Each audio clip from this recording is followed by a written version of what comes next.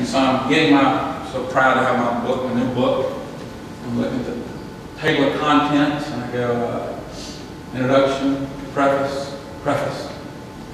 Does my book have 2 prefaces? No, and it's on the same page.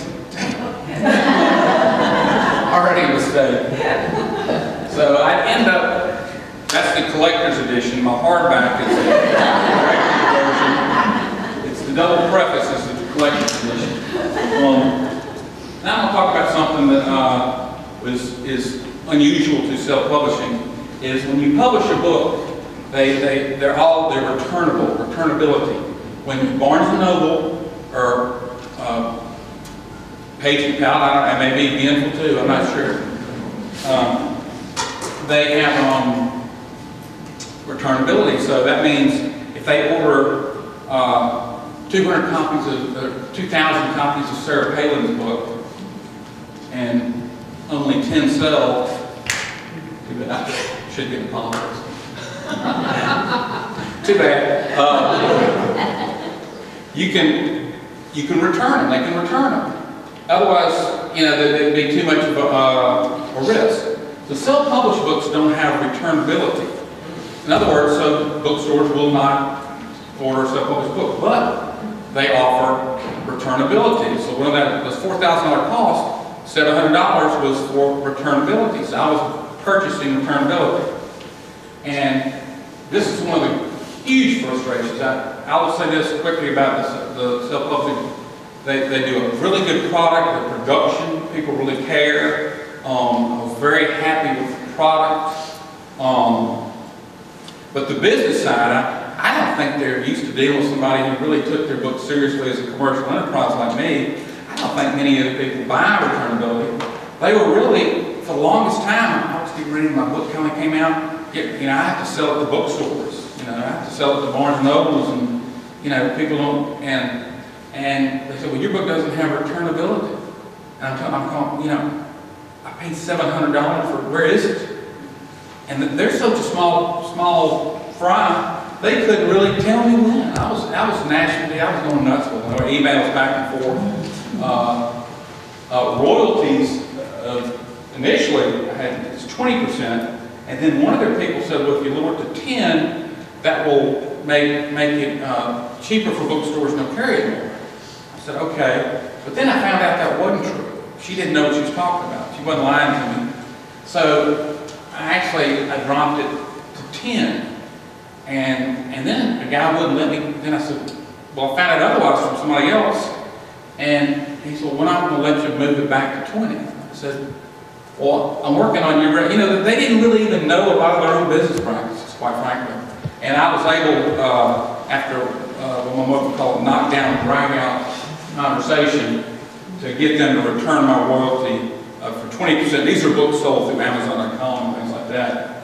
But returnability cost me $700. This is Capital News and Books. This is in Montgomery, and they told me, really want to sell books through there because I have a lot of interest in books in Montgomery. I said the economics of your book, this is an email from their owner, makes it problematic for us and for any bookstore. Your publisher offers only a 15% discount. I'm not sure what that's about. And your publisher does not allow bookstores to return unsold copies, as nearly every other publisher does. So, in other words, we can't afford to stock your book. So, you have to pay $700 for returnability. A book is out, and they can't deliver it. So, finally, they did deliver it. But in any event, that was, and I ended up selling to them myself. So, I would go to bookstores. So, a lot of my sales, this is how I felt during this period, dealing with them. I was so happy that my book was out, and I was having to just go to war over this returnability. Well, your book's not returnable, so we're not going to stock it. I'm going to move ahead real quick. My job is to sell, and I'm not a natural salesman or an advertiser or anything. So everybody says, well, Eddie, how about your book tour? There really isn't one. First stop, Callahan's. So, had a good little day there. My brother and sister live up in Birmingham, and they put together a real nice thing at the library up there, and a lot of their friends came, and you get a lot of initial slows. I don't care if your book's awful. Friends and relatives who have to. And actually, Old Restaurants, and this is, what's his name?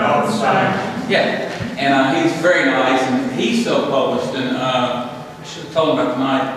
And we had a little sale at Ashland Gallery, and he was out selling me, and so this happened here. Anyway, it was a fun little day. This is at the Alabama Book Festival. I wasn't a presenter, but I paid for a table and sold 5 books. The Alabama Writers Symposium every year in Monroeville, they had somebody fell off the agenda, and so I was invited to do that. It was a lot of fun. So anyway, that was a picture taken there. Some days you have, a lot of times I've gone to like coffee shops or different places and sat there with books, and I call them Maytag repairman days. When nobody buys your book, and I've come to empathize with people like at arts and craft festivals. You can walk and you look at their stuff. They just keep on going, inside. And now I know inside they're going. Those are Maytag repairman days. And I've given about 40 talks and 50, I don't know how many signings I've talked about. 35 Rotary Kiwanis throughout the state. I've actually met a lot of really nice people, and that's been fun. One of my favorite talks was the Alabama Press Association, the Alabama Writers Symposium, the Mobile Bar Association. That was their monthly talker. My biggest talk ever, the Friends of the Mobile Public Library. By far my best paying. Best paid gig. These are just some things I do.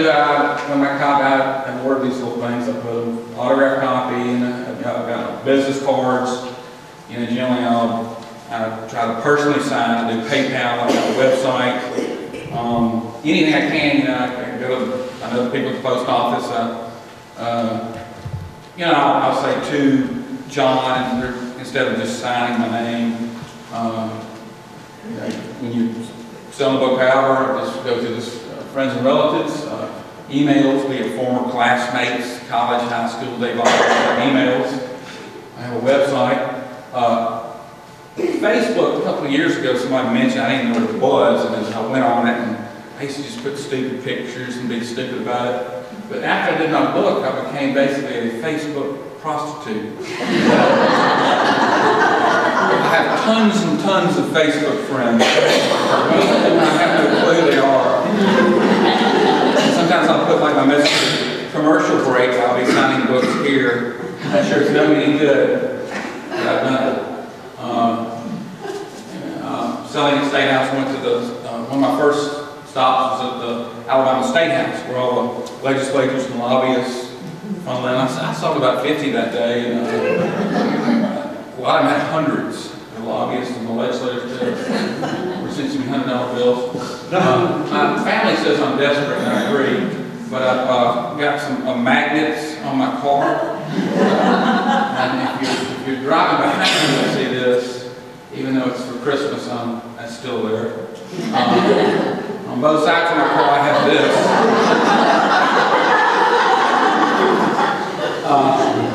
She doesn't do any more, but my daughter, when I pick her up at Phillips, she ripped it off. Other things I do, I pay sales tax, I've got business licenses, because I don't want to be the investigative reporter who doesn't pay taxes. For what's worth, I tallied up my books sold by me personally. It's 174, something like that. Wholesale through me, that'd be like through Biennial Books, Carpe Diem, anybody that would take my book. I mean, little places, not, and I I've sold a lot to Bentonville, and they've been good to me. And Page and Pallet sold a good bit, and some other places that state. So, and then I get a royalty statement that iUniverse sends me, and it includes Amazon, books sold through Amazon.com, and through November is roughly 737. So total sales a little more than 2,500. Although after tonight, I think it's going to be up about 3,000. One last thing here, ebooks are very popular, and one of the things I paid for too to iUniverse was to have my book available on ebook. I think I paid like $90 for that, and they couldn't deliver for the longest time. I don't think they'd ever had anybody actually order that. But finally they did, and I've sold a minuscule amount. But one reason I did it in the hope that someone, be in New York or something, maybe will read my book, get it on Nook, and because I've sent my book to all kinds of different places. Oh my God, I don't know how to shut up. This is a character named Eddie Smith who wrote I've written, I think, some important stories in my day, and this one wasn't that important, but it got more feedback than anything else. Last thing I'll show you is a cartoon by J.D. Crowe. It's Biggest Losers in Mobile. There's Fat Eddie over here on the right. This is Fred Hollywood Barkley. And I did the stories on Fred Hollywood. And in fact, some people came to me about it, and I was going through his old court records, and this had the alias Hollywood. So I put that, and he became, Fred Hollywood. Herman Thomas, some others. Siegelman, actually got Carl Rove, and J.D. right there is next to Siegelman. And then there's this guy in the back, and they put this, who can identify all of them.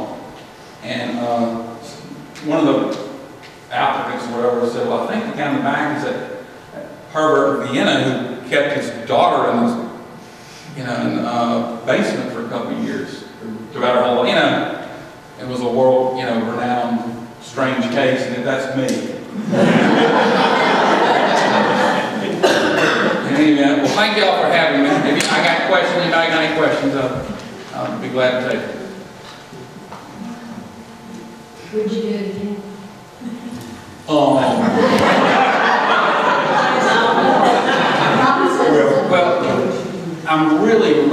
I'm glad I did it, and I'm equally glad that when I started, I didn't know what was ahead of me.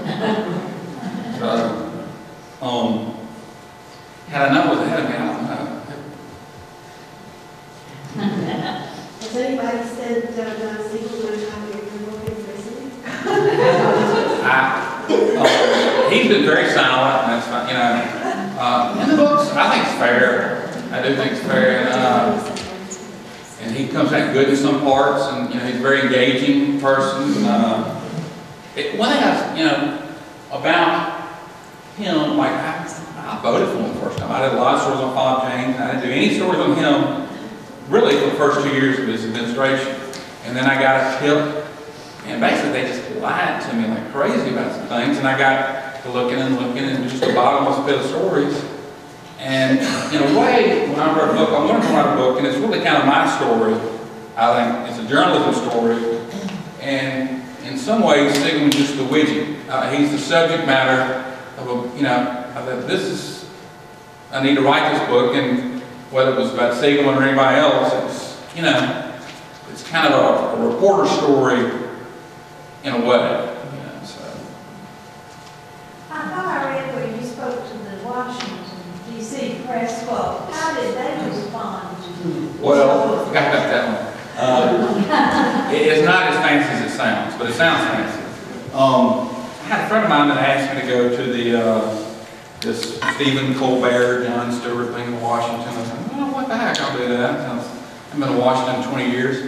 So I was going up there, and I figured while I'm up there, I'll try to, because the book has a lot of, I think it does, national things, if I could get some traction on it.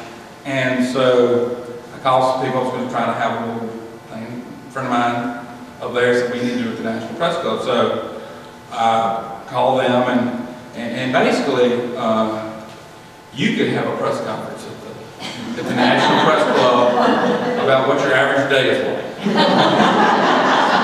So I wasn't invited by anybody in particular, and it was bad timing too, because it was Friday before the election, and I did invite, sent a page and emails to guys, and it was not a major turnout. I'm not going to give you the numbers, but it was not large.